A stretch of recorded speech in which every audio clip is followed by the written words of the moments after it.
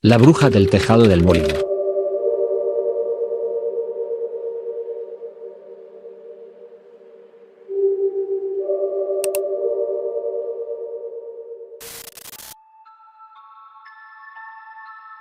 Hola, gato macabro. Me llamo Salomón y crecí en un rancho cerca de Sombrerete, Zacatecas. Lo que te voy a contar ocurrió cuando yo tenía 17 años. Es algo que pasó varias noches seguidas y que mi familia evitó comentar durante mucho tiempo. Mi abuelo tenía un molino pequeño detrás de la casa. Era viejo, de lámina, con paredes de adobe, y por dentro siempre olía a maíz seco. Yo era quien lo cerraba por las noches. Nunca tuve problema, hasta que una madrugada escuché los primeros ruidos. Esa noche cerré las ventanas del molino y apagué la luz. Al momento de dar vuelta para ir a la casa, escuché pasos sobre el techo. No sonaban a un perro ni a un gato, eran más pesados, como si alguien grande estuviera probando equilibrio arriba de la lámina. Alumbré con la lámpara, pero no vi nada. Aún así, los pasos seguían. En cuanto dejé de alumbrar, los ruidos se hicieron más fuertes. Me fui casi corriendo a la casa porque sentí que algo iba a salir mal. Esa fue la primera noche. Los siguientes días, los ruidos se repitieron. Mi abuelo fue el primero en admitir que también los escuchaba. Dijo que eran pasos y rasguños, y que lo más raro era que parecían repetirse a la misma hora, como si algo regresara al molino cada noche. No quiso explicarme más. Mi abuela también empezó a preocuparse, sobre todo cuando los ruidos no solo estaban en el techo, sino también en las paredes exteriores. Se escuchaban golpes, como si algo se pegara a la superficie y se moviera de un lado a otro. Ellos ya sabían algo que yo no, pero se mantenían callados. Una noche ocurrió algo diferente. No solo escuchamos pasos, escuchamos como las uñas raspaban la lámina. Un sonido como si algo se arrastrara en cuatro extremidades y usara las manos para aferrarse al borde del techo. Mi abuelo se levantó y se asomó por la ventana. Desde ahí se alcanzaba a ver el molino con la luz de la luna. Lo vi ponerse tenso, como si reconociera lo que estaba viendo. No dijo nada en ese momento, pero su reacción me dejó claro que no era la primera vez que presenciaba algo así. Mi abuela lo miró con la misma expresión de miedo. Después de esa noche, supe que ellos ocultaban información. Al día siguiente, mi abuelo me contó algo horrible. Dijo que en los ranchos de arriba vivía una mujer bruja, Nahuala. Tenía fama de meterse en cosas malas, y la gente del pueblo aseguraba que por las noches se convertía en algo extraño y rondaba los corrales y los techos. Nadie se metía con ella porque siempre amanecían animales muertos cuando a alguien le faltaba el respeto. No quiso entrar en detalles, pero señaló que los ruidos habían empezado de nuevo poco después de que esa mujer falleció.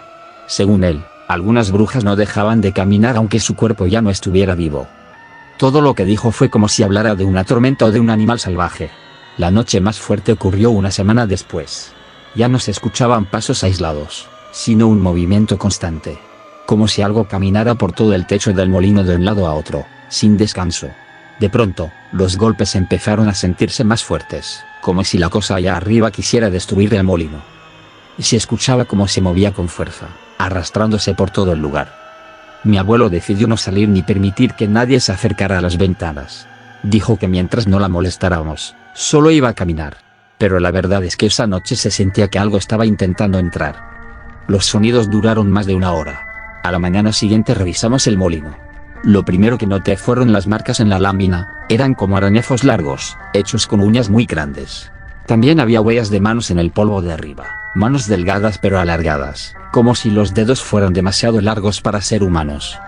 No encontramos rastros de animales ni señales de que alguien hubiera subido con una escalera. Tampoco detectamos pisadas alrededor. Era como si lo que hubiera estado en el techo simplemente hubiera llegado por el aire o hubiera escalado sin dejar rastro. Esa mañana mi abuelo aseguró el molino con tablas más gruesas y dejó ceniza bendita en las puertas. No era un hombre religioso, pero sabía que en el rancho esas cosas se hacían para mantener a raya lo que andaba de noche. Después de ese día, los ruidos fueron disminuyendo. Primero dejaron de sonar los golpes. Luego los pasos. Después las uñas. Hasta que, finalmente, dejó de escucharse cualquier cosa en las madrugadas.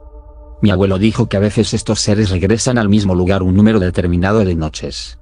Al no recibir atención o miedo directo, la presencia suele alejarse. Hay espíritus o brujas que solo necesitan un sitio donde caminar. Él aseguraba que no era necesario enfrentarlos, solo dejarlos pasar. Con los años, ya no volvía a escuchar esos sonidos. Pero nunca pude olvidar la sensación de estar parado frente al molino sabiendo que algo caminaba justo encima de mí.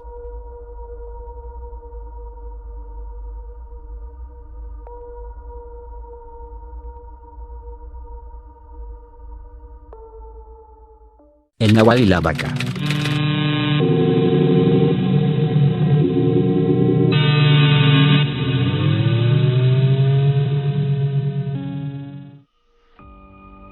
Hola, gato macabro. Te escribo desde Tepatlaxco, Puebla, un lugar donde todavía se respetan las historias de nahuales, también las que tienen que ver con animales que no son lo que parecen.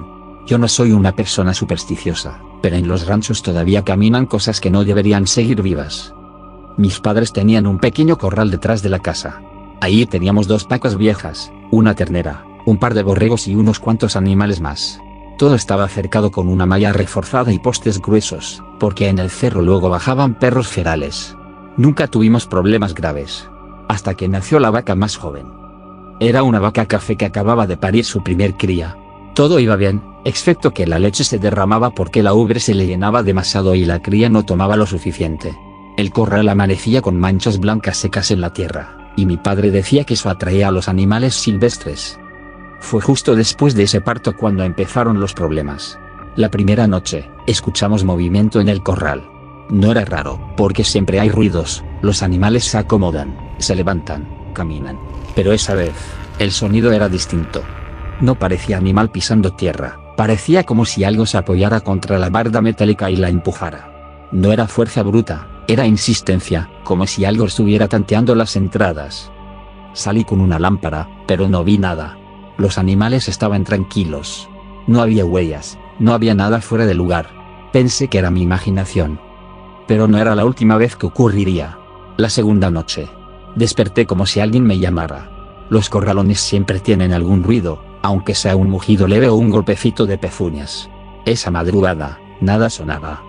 Miré por la ventana y vi que la vaca recién parida estaba inquieta, moviéndose de un lado a otro como si algo la perturbara. No se quejaba, solo caminaba en círculos. Esa imagen se me quedó grabada. Fui a despertar a mi padre, pero ya estaba levantado. También lo había escuchado. Nos asomamos juntos afuera. No vimos nada más que la vaca moviéndose nerviosa. Decidimos no salir. Él dijo que, cuando un animal está actuando raro sin una razón clara, es mejor observar desde lejos. Eso hicimos. La tercera noche. Fue la noche en la que entendí que en esa zona hay cosas que no tienen explicación lógica. Todo empezó igual, silencio, la vaca inquieta, un sentimiento extraño que hacía sentir que no estabas solo. Esta vez, hubo un sonido diferente. Como si algo arrastrara los dedos por la malla metálica. Ese sonido se repetía lento, después de unos minutos, algo empezó a moverse en el borde del corral. No lo vimos completo. Solo una sombra. Una sombra alta, muy alta, alargada, completamente fuera de proporción con cualquier animal que yo haya visto en mi vida. Lo primero que se distinguió fue la cabeza. Era la cabeza de un burro. Pero había algo que estaba mal. La cabeza se movía como si el cuello estuviera roto, inclinada hacia un lado de forma perturbadora. Los ojos no brillaban como los de los animales cuando les pega la luz. Era algo más aterrador, algo difícil de explicar. Solo estaba ahí, sosteniendo su cabeza torcida. El cuerpo era alto, demasiado alto para un burro. Y las extremidades. No parecían piernas. Eran brazos larguísimos, doblados hacia adelante, como si fueran de un hombre muy delgado, pero exagerado hasta lo inhumano. Esos brazos se estiraron hacia la malla. Y ahí vi claramente la forma de los dedos. Dedos que se aferraron a la malla como si fuera una tela. No había fuerza bruta. Había intención. La criatura metió la mitad del brazo a través de la malla, como si no tuviera articulaciones normales. La vaca retrocedió y se pegó contra la esquina del corral. Yo no pude moverme. Mi padre tampoco. Solo veíamos. Cuando la criatura metió el segundo brazo, la vaca dio un paso atrás, mugió muy fuerte. El brazo se estiró tanto que parecía de tejido suelto. Las manos delgadas casi tocaron la ubre hinchada. Luego, en un movimiento lento, la criatura inclinó su cabeza de burro hacia la abertura que había logrado abrir en la malla. En cuanto metió la cabeza, la vaca cayó de rodillas, como si se hubiera rendido. Después de un par de minutos, la criatura retiró los brazos. La cabeza regresó al exterior igual de torcida. Y se incorporó lentamente. Las piernas se estiraron, los brazos colgaban casi hasta el suelo. Y luego desapareció entre los mezquites sin hacer ruido, como si flotara. La vaca no se movió. Cuando amaneció, fuimos al corral. La vaca estaba tirada de lado, muerta. La cría estaba débil, pero viva. No había sangre. Parecía como si la vaca la hubieran chupado desde dentro. El cuerpo estaba seco. La piel estaba pegada al hueso. como si la hubieran drenado completamente. La malla tenía un hueco pequeño, apenas suficiente para que hubiera pasado un brazo, no un animal grande. Mi padre dijo que eso no había sido un animal del cerro. Nunca quiso hablar más del tema. Esa misma tarde reforzamos el corral con doble malla y varillas. Encerramos a los demás animales dentro del establo por varias noches. Mi padre no dejaba que nadie saliera después de las 10. La cría sobrevivió, pero creció nerviosa. Siempre se mantenía lejos de las esquinas y reaccionaba mal a los sonidos nocturnos. Parecía recordar algo. Con los años, la gente del pueblo empezó a hablar de un nahual que se aparecía por las madrugadas en esa zona. Decían que era un hombre que podía tomar forma de animal. Cuando escuché eso, supe que era lo más cercano a lo que vimos. No sé qué buscaba realmente. No sé si era la leche derramada lo que lo atrajo. Lo que sí sé es que lo que estaba esa noche en el corral no era un animal. Tenía el rostro de burro. Pero su cuerpo era de algo completamente distinto. A veces pienso que si no nos hubiéramos quedado quietos, quizás se habría acercado más. Quizá habría metido un brazo en la casa. Quizá habría probado algo más que leche. Por eso en los ranchos la gente dice que, cuando un animal toma la forma equivocada, no es un animal. Es un nahual que perdió el camino.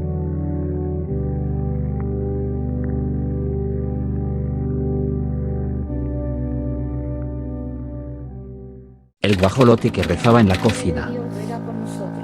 Ahora y en la hora de nuestra muerte.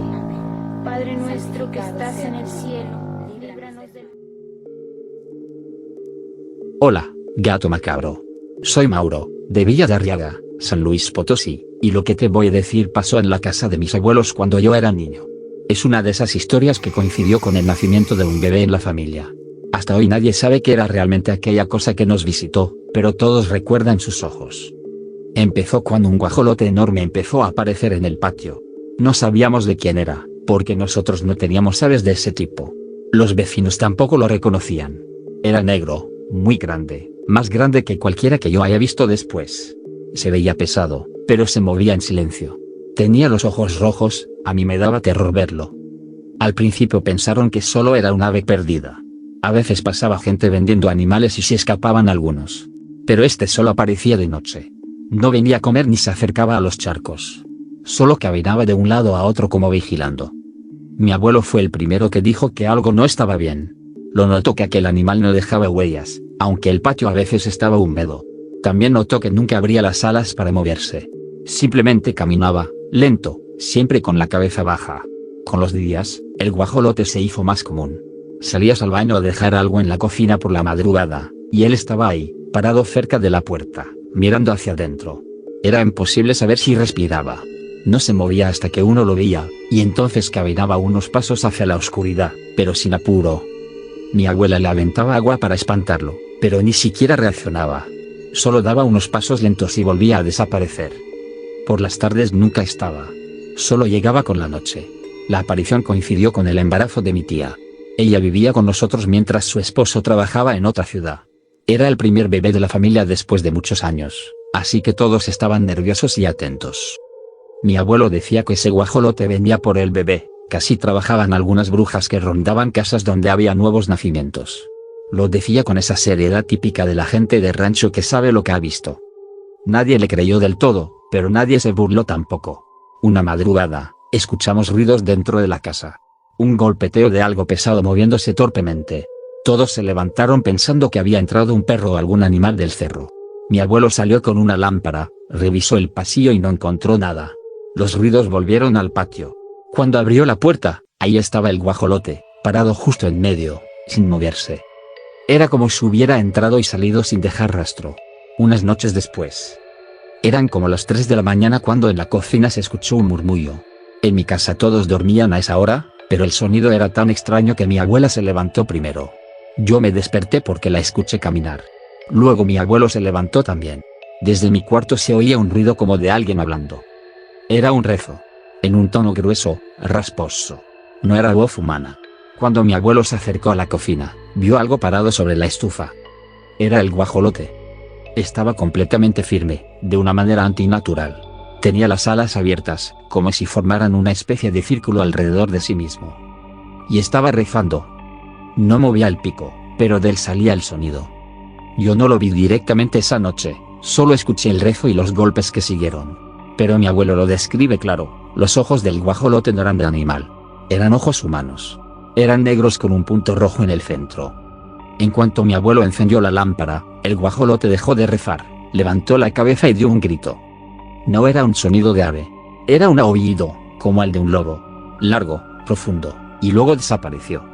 Simplemente no estaba ya cuando encendieron la luz. Después de eso, el ambiente de la casa cambió por completo. Mi abuelo dejó sal. Mi abuela colocó agua bendita y puso veladoras cerca del cuarto donde dormía mi tía embarazada. Todas las noches revisábamos el patio, pero el guajolote ya no aparecía. Parecía haberse ido. Hasta que nació el bebé. Mi tía dio a luz en la misma casa. Fue un parto rápido, sin complicaciones. Toda la familia estaba tranquila, pero la tensión seguía ahí, como si todos supieran que el asunto del guajolote no estaba cerrado. El bebé estuvo bien durante los primeros días. Lloraba normal, dormía tranquilo, todo parecía común. Pero justo la madrugada antes del bautizo, se escuchó un golpe fuerte en el techo. Luego un arrastre y un aullido idéntico al que escuchamos aquella vez en la cocina. El sonido venía desde fuera, pero recorrió toda la casa por encima, como si la cosa estuviera caminando de cuarto en cuarto. Todos se levantaron de inmediato.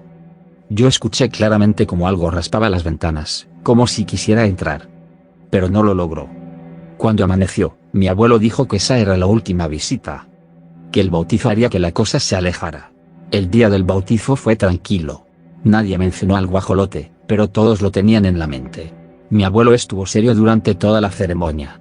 Cuando el bebé fue bautizado, él dijo en voz baja que todo lo que había estado rondando la casa ya no tenía permiso para entrar. Nunca volvió a aparecer. No escuchamos rezos otra vez. No hubo más golpes ni ruidos extraños dentro o fuera de la casa. Las noches regresaron a la normalidad. Pero nadie olvidó lo que pasó. Mi abuelo aseguraba que aquella cosa no era un guajolote real. Decía que algunas brujas toman formas comunes para acercarse a las casas donde hay niños por nacer. A veces se disfrazan de animales domésticos para entrar sin ser notadas. Otras veces no pueden completar la transformación y por eso tienen esos ojos tan fuera de lugar. La gente del rancho aún cuenta historias parecidas. Yo no sé si era una bruja. Solo sé que dejó de venir cuando el niño recibió su nombre. Esa coincidencia nunca la hemos podido ignorar.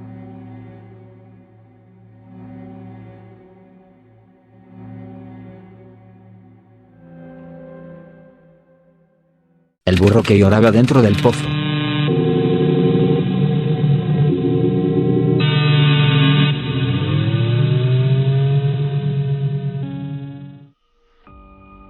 Hola, gato macabro. Soy Esteban. Mi historia pasó en el rancho de mi familia hace mucho tiempo. Mi abuelo aseguraba que lo que lloraba ahí abajo no era humano. El rancho tiene más de 50 años, y el pozo es una de las construcciones más viejas del terreno. Ya casi no lo usábamos para sacar agua, pero igual lo manteníamos limpio porque siempre había riesgo de que algún animal se cayera. Nunca había dado problemas hasta esa temporada. Todo empezó a mediados de invierno. Una madrugada, mientras estábamos cenando lo que sobró de la tarde, se escuchó un sonido largo, triste, como un lamento.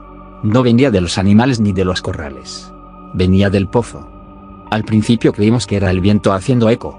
Luego pensamos que quizás un perro del monte se había caído. Pero mientras más lo escuchábamos, más claro era el horror.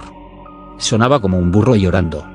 Era llanto, profundo y lastimero, como si algo estuviera sufriendo allá abajo. Mi abuelo se puso pálido.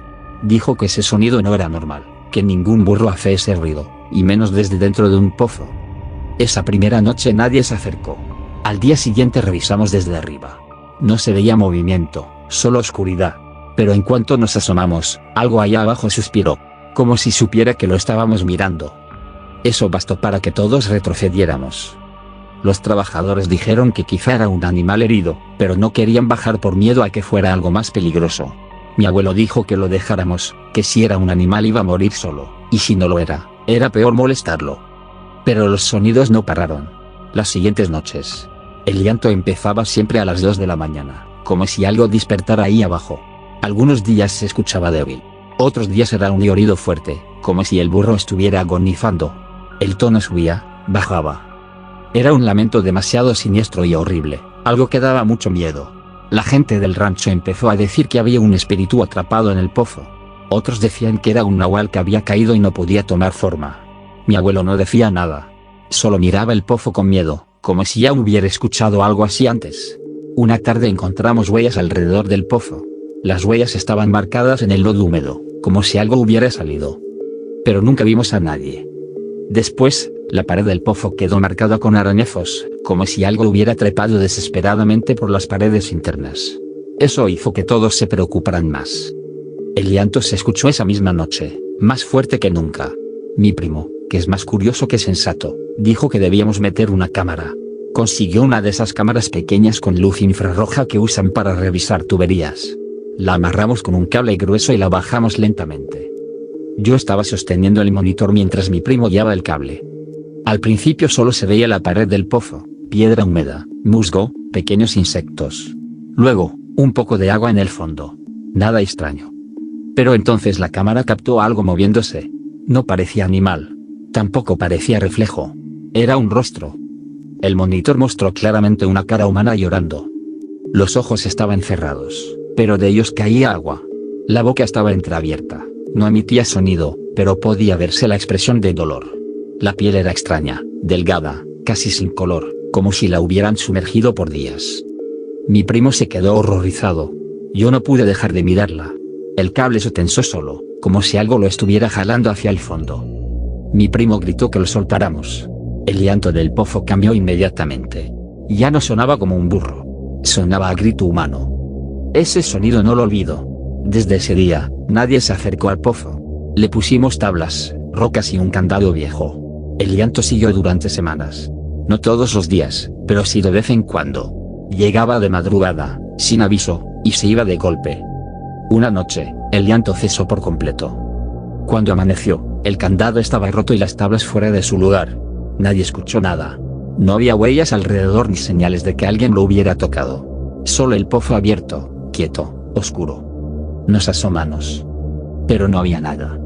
El agua estaba tranquila, como si nunca hubiera pasado nada. Mi abuelo dijo que lo que estuviera ahí abajo por fin salió. Que lo que fuera ya no tenía razón para quedarse. Nunca volvimos a usar ese pozo. Pero la imagen de esa cara humana llorando en la oscuridad nunca la vamos a olvidar.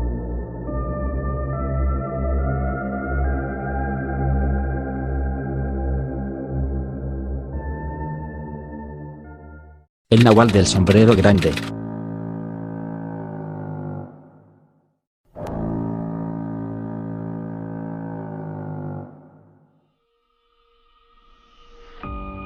Hola, gato macabro. Mi nombre es Aurelio y soy de Meztitlán, Hidalgo.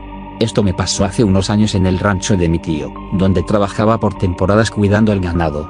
Nunca me había pasado algo fuera de lo normal. Sé lo que vi, pero todavía no entiendo lo que era. El rancho queda cerca de un cerro donde la gente dice que se aparecen cosas. Era temporada de lluvias, así que los animales estaban nerviosos. Los caballos relinchaban por cualquier cosa y las vacas se agrupaban más de lo normal. Esa madrugada, alrededor de las 2, escuché pasos afuera del cuarto donde dormía. Me levanté para revisar, pensando que un caballo se había soltado. Cuando salí, las luces del corral estaban encendidas, como si alguien las hubiera prendido. Yo nunca las dejaba así. Caminé despacio, sintiendo que algo me observaba desde la oscuridad del cerro. Fue cuando lo vi. A un lado del corral, justo donde termina la cerca vieja, había un hombre parado. Era muy alto. Y lo que destacaba era el sombrero. Era gigantesco, tanto que le tapaba casi todo el rostro. Parecía un charro. Pensé que era algún vecino o un borracho perdido. Pero entonces vi sus piernas. Desde las rodillas hacia abajo eran patas de caballo. Largas, delgadas, cubiertas de pelo oscuro. Las pezuñas brillaban, como recién afiladas. El corazón se me detuvo un segundo. El hombre no se movía. Solo estaba ahí, mirándome desde debajo del sombrero. Intenté tranquilizarme y buscar una explicación lógica. Tal vez era un caballo parado en un ángulo extraño. Pero luego vi sus manos. Las manos eran humanas, pero no normales. Eran demasiado largas, con dedos huesudos. Yo apenas respiraba, y mantenía la mirada fija en esa figura, esperando que se desvaneciera o que hiciera un movimiento que me convenciera de que era un animal mal formado y nada más. Pero no se desvaneció. Y sí se movió. El primer movimiento fue un giro del sombrero, lento, como si tratara de verme mejor. No levantó la cabeza ni mostró el rostro. Solo inclinó el sombrero hacia mí. Las pezuñas rasparon la tierra. Las patas se doblaron de una forma que ningún caballo podría hacer sin romperse. Los dedos se estiraron, el hombre caballo dio un paso hacia adelante. Yo retrocedí instintivamente. No había duda, no era un ser humano. La figura se acercó al corral. Las vacas empezaron a mugir desesperadas. Los perros ladraban desde lejos, pero ninguno se acercó. Nadie quería aproximarse a lo que estaba del otro lado de la cerca. Yo seguía sin poder moverme. Sentía que si daba la espalda iba a correr, pero no iba a llegar lejos. Entonces la figura se detuvo. Se quedó justo frente a la puerta del corral. Las manos comenzaron a moverse sobre la puerta, como acariciándola. Las vacas retrocedieron hasta pegarse entre ellas. Los caballos se hicieron hacia atrás. La figura inclinó su sombrero más hacia abajo, escondiendo lo poco que podía verse de su rostro. Yo pensé que iba a entrar, que iba a atacar, que iba a romper la puerta. Pero no lo hizo. Solo retiró la mano, giró el cuerpo lentamente y se alejó hacia el cerro. Las patas de caballo no hicieron ruido sobre la tierra. El sombrero fue lo último en desaparecer detrás de los mezquites. Cuando pude moverme, corrí a encerrar a los animales.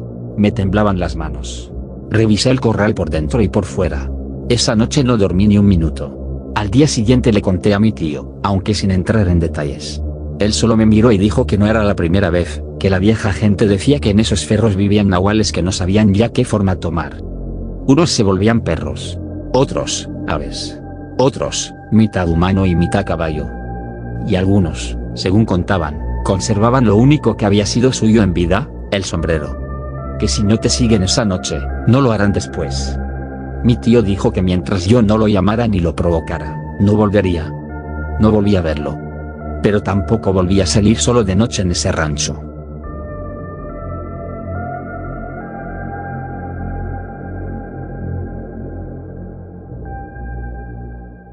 La niña con cara de cabra en la milpa.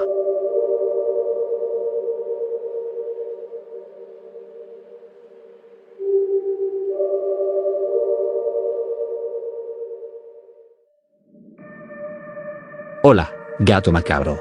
Mi nombre es Héctor y soy de Miacatlán, Morelos. Quiero compartir lo que pasó con mi hermano hace años, cuando los dos éramos adolescentes. Hasta hoy no sabemos qué fue lo que él siguió entre la milpa.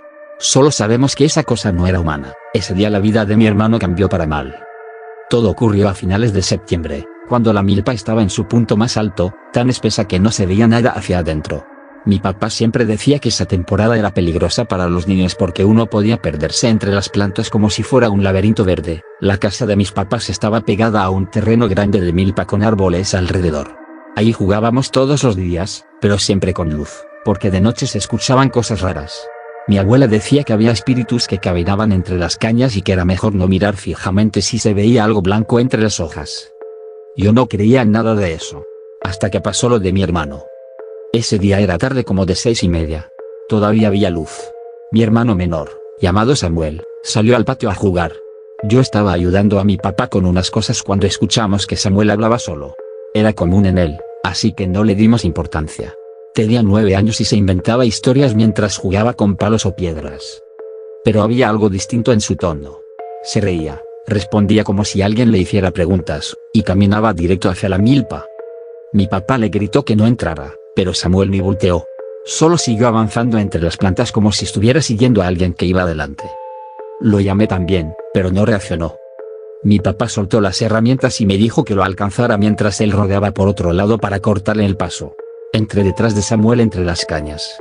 Parecía que algo se movía más adelante. Yo apuré el paso, pero las plantas son traicioneras. Te rozan, te tapan la vista, te hacen perder la orientación. No veía casi nada, solo el movimiento de mi hermano unos metros más adelante. Lo escuché decir, ya voy, espera. Y esa frase me heló porque él no hablaba así con nadie. Siempre era tímido, distante, no seguía desconocidos. Pero esa vez sonaba como si confiara plenamente en quien iba delante. En cuanto salió un pequeño paso de agua dentro de la milpa, vi algo que no sabía explicar. Una figura pequeña, del tamaño de una niña. Vestido blanco, cabello negro largo. Estaba parada entre dos hileras de maíz, como esperando a Samuel. Pero algo me decía que esa cosa era peligrosa. La cabeza estaba cubierta de un pelaje corto grisáceo. Las orejas puntiagudas sobresalían hacia los lados. Y el rostro. Era el rostro de una cabra. Pero no una cabra normal. Sus ojos eran demasiado grandes. Y los dientes, estaban puntiagudos, como si crecieran en direcciones incorrectas. No parecía un disfraz. Mi hermano ya estaba a menos de 2 metros de ella. Me quedé paralizado. Samuel extendió la mano hacia esa cosa como si fuera una amiga. La niña cabra inclinó la cabeza hacia un lado y sonrió. Era una sonrisa diabólica y grotesca. Luego dio un paso hacia adelante, pero no movió las piernas como un humano. Se deslizó. No se escuchó pisada. Fue como si el cuerpo se resbalara sobre el suelo. Mi papá empezó a gritar el nombre de Samuel desde el otro lado. Yo aproveché ese momento para correr. Le agarré el brazo con fuerza y lo jalé hacia mí. La criatura retrocedió. Samuel empezó a llorar porque quería seguirla, pero yo no lo solté. Entonces ocurrió lo que más me marcó. La criatura abrió la boca y emitió un balido profundo. Corrí con Samuel en brazos hasta salir al patio. Mi papá llegó desde el otro lado, pálido. Los tres sabíamos que eso que vimos no pertenecía a este plano. Esa noche, Samuel estuvo raro. No quería cenar, no quería hablar, y repetía que la niña iba a regresar por él. No decía la cabra, decía la niña. Para él, la criatura era alguien conocido, alguien cercano. Eso fue lo que más asustó a mis padres. Durante los siguientes días, la milpa se volvió un lugar prohibido. Mi abuela quemó hierbas en la entrada y dijo que había seres que se escondían entre las plantas para llevarse a los niños, que tomaban formas llamativas para engañar a quienes fueran vulnerables. No dormimos bien por varias noches. Samuel tampoco. A veces despertaba diciendo que la niña lo llamaba desde afuera, que estaba parada entre las plantas, que quería jugar. Yo no escuchaba nada, pero una madrugada salí por agua y la milpa estaba moviéndose aunque no había viento. El movimiento empezaba siempre en un punto y luego se extendía como si algo caminara por dentro. Las hojas se sacudían, pero no se veía figura. Una semana después, una parte de la milpa amaneció completamente aplastada. No en un círculo como los animales dejan, sino como si algo hubiera arrastrado su cuerpo sobre las plantas. Lo más extraño ocurrió 2 meses después. Una tarde, Samuel desapareció otra vez. Esta vez no respondió cuando lo llamamos. Yo corrí a la milpa sabiendo perfectamente a dónde iba. La sensación en el pecho era la misma que aquel día, una mezcla de miedo y urgencia. Mi papá reunió a varios vecinos para buscarlo. Rastrearon el terreno durante horas. Ya era de noche cuando alguien gritó desde un manantial abandonado. Samuel estaba ahí, sentado junto al agua, mojado hasta la cintura, mirando fijamente al fondo del manantial como si alguien le estuviera hablando desde dentro. Cuando lo levantaron, dijo que la niña lo había llevado, pero que se había ido. A partir de ese día, nunca más volvió a entrar solo a ningún campo, ni a la milpa ni a ningún terreno abierto. Y, curiosamente, después de ese evento, la criatura nunca volvió a aparecer. Hoy Samuel ya es adulto. No le gusta hablar del tema. Dice que solo recuerda la figura blanca entre las plantas y una voz que le pedía que la siguiera.